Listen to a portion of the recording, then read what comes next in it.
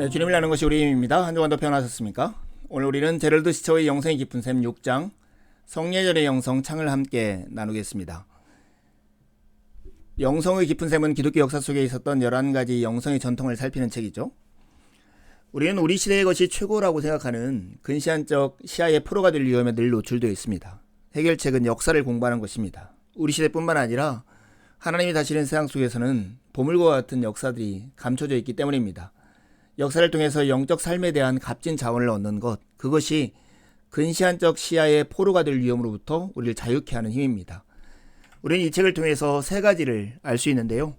각 전통들이 하나님이 누구이신지를 어떻게 드러내는지를 알 수 있고요. 어떻게 하나님을 친밀하게 알 수 있는지를 배울 수 있고, 그분 안에서 우리가 어떤 존재가 될 수 있는지를 알아갈 수 있습니다. 오늘 우리가 함께 나눌 것은 성례전의 영성인 창입니다. 성례전은 신체적 감각에 매여있고 감각 없이는 무력한 인간이 영적이고 초월적이며 거룩하신 하나님을 경험하는 매개물입니다. 하나님은 성례전이라는 물질적인 영적인 음식으로 우리를 기르시죠.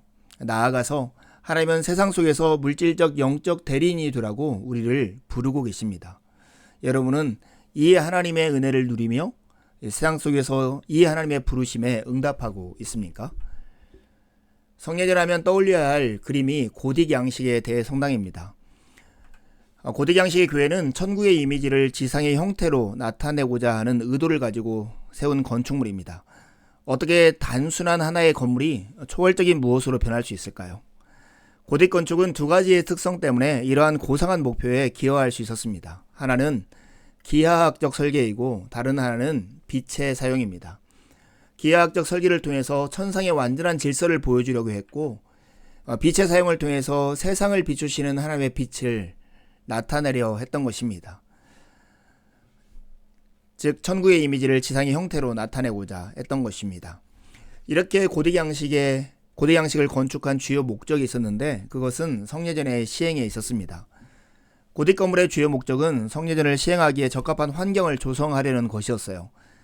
대성당이 천상의 실제를 비추는 거울이었던 것과 마찬가지로 성례전은 사람들이 그리스도와 교통할 수 있게 해주는 힘을 지닌 은혜의 유형적인 수단이었습니다. 중세교회는 성례전적 교회였고, 성례전은 신자들이 하나님을 알고 경험하는 주요 수단이었습니다. 성례전이 중세교회에서 그토록 중요해진 이유가 무엇일까요? 이것은 로마의 멸망과 관련이 있습니다. 5세기부터 사회 질서를 붕괴시키는 부조기동이 연쇄적으로 일어나서 로마 제국이 무너지기 시작했습니다. 지식을 아는 사람의 숫자가 줄어들었고요. 평균 수명과 이동성, 경제 발전과 같은 모든 것이 쇠퇴하기 시작했습니다. 그러한 위기에 직면하여 교회 사역도 새로운 환경에 적응하지 않을 수 없었어요.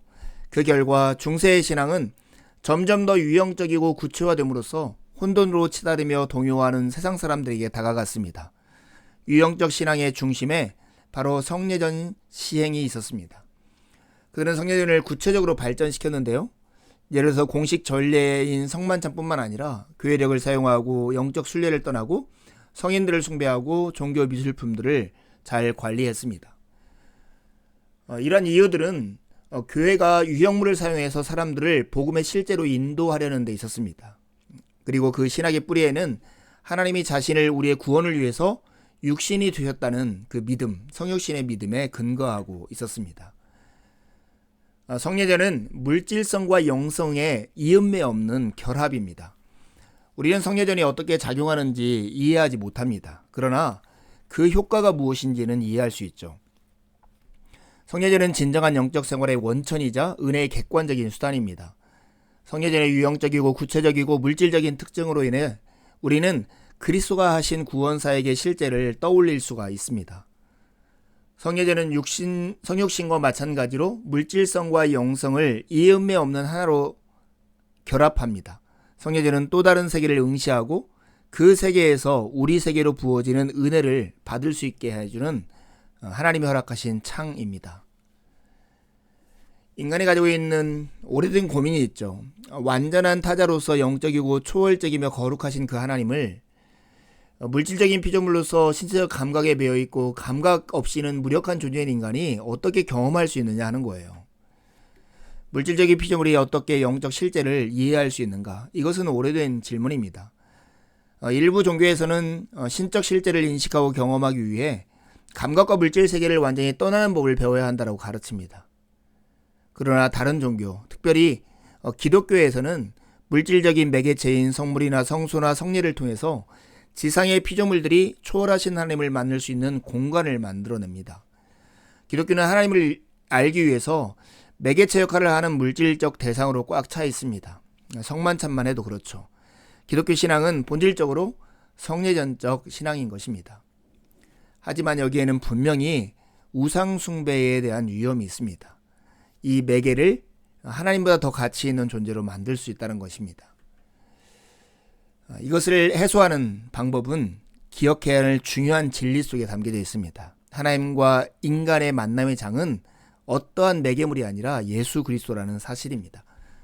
하나님과 인간이 만나는 궁극적인 만남의 장은 제단이나 조각상이나 신전 의식이 아니라 하나님의 성육신이신 한 사람 예수 그리스도이십니다.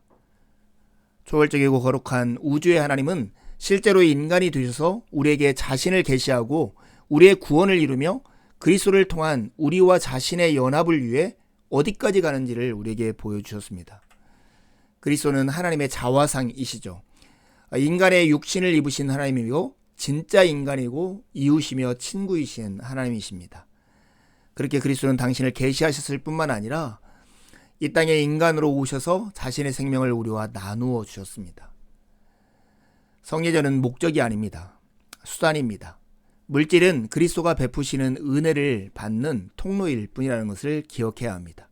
이걸 기억해야 성례전의 우상숭배 위험으로부터 우리는 자유로울 수 있는 것이죠.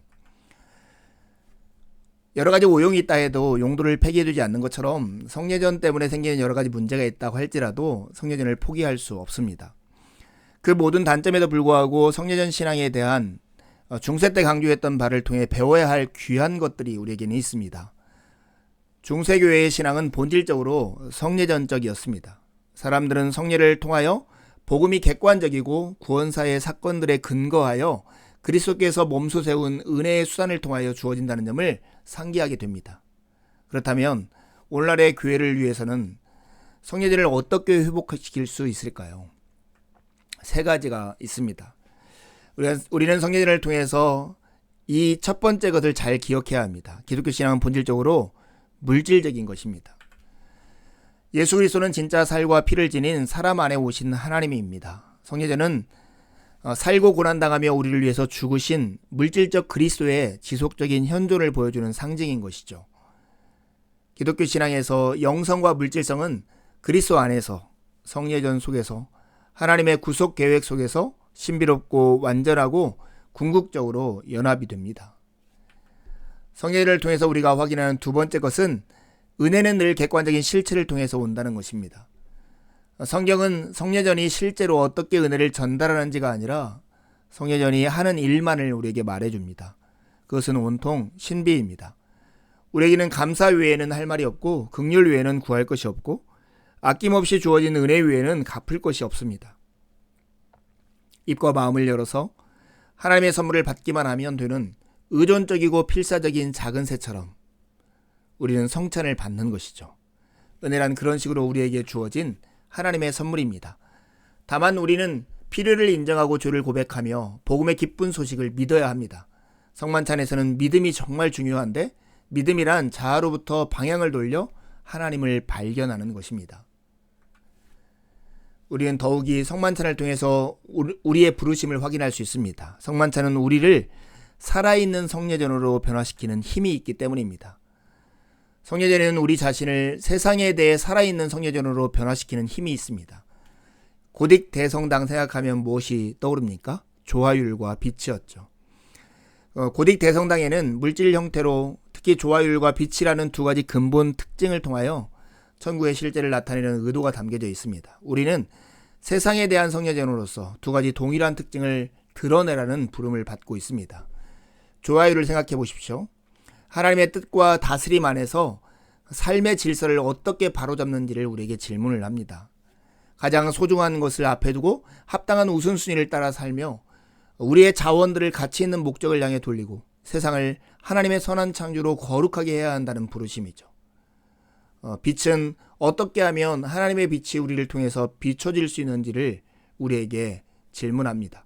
우리는 하나님의 아름다움과 거룩함과 사랑을 나타내는 빛나고 눈부신 스테인드 글라스 창처럼 되도록 부르심을 받은 것입니다.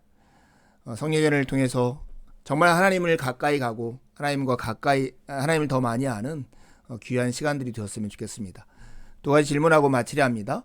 성례전을 이해하는 데 있어서 성육신의 의미가 어떤 도움을 줍니까? 성육신적 신앙이란 무엇입니까? 두 번째 질문입니다. 성례전적 신앙을 어떻게 실천할 수 있을까요? 성례전적 신앙을 실천한다면 여러분의 삶은 어떤 변화가 생길까요? 한 주간도 주님의 은혜를 의지해 살고 복된 주일에 함께 만나 기쁨으로 주님을 예배하시죠. 감사합니다.